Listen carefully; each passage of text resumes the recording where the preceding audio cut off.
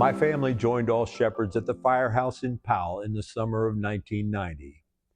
We were greeted with open arms and soon became part of a special, energetic group of people who were encouraged and empowered, guided by God, and focused on a common goal to spread the word and grow the church in this place where families could be loved, supported, and could grow in the word and service to that which was obviously God's plan for this larger community.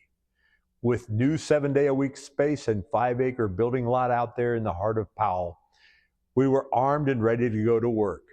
My family could see that there was a lot going on in this vibrant little church, but the music program seemed to be the anchor for the church, led by an amazing lady, Cindy Schmoe. On Sundays, as much as 1/3 of the congregation would get up to sing the anthem. This community was a normal, fluid community with people of all ages coming in and moving out on a regular basis.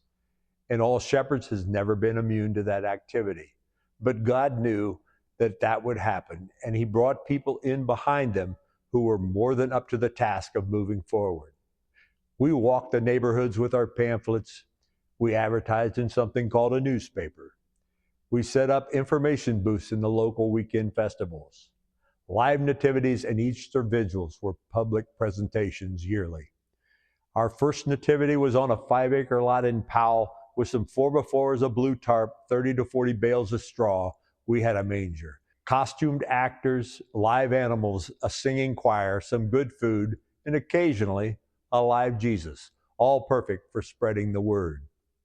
We sponsored the Great Olentangy Cleanup with waiting volunteers towing canoes full of trash from the river and ended that day smelling like river water and eating hot dogs and beans for supper. We did Friday Lenten fish fries, public concert programs, and the choir performed at City Center Mall downtown.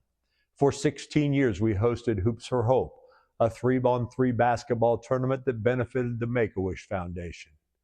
Recently, the band played at Delaware's first Friday night event on a stormy June summer night. On our site, we presented Journey to Bethlehem, a yearly presentation which was an incredible Advent experience for all who visited. In these events, we learned that people pay as much or more attention to what you do than to what you say, and God chose this build site so that people could see our impact.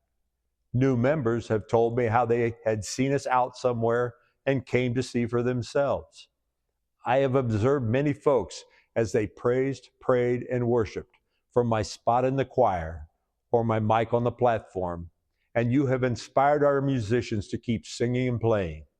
And I know that each of you has something very special to add to this story in a very meaningful way.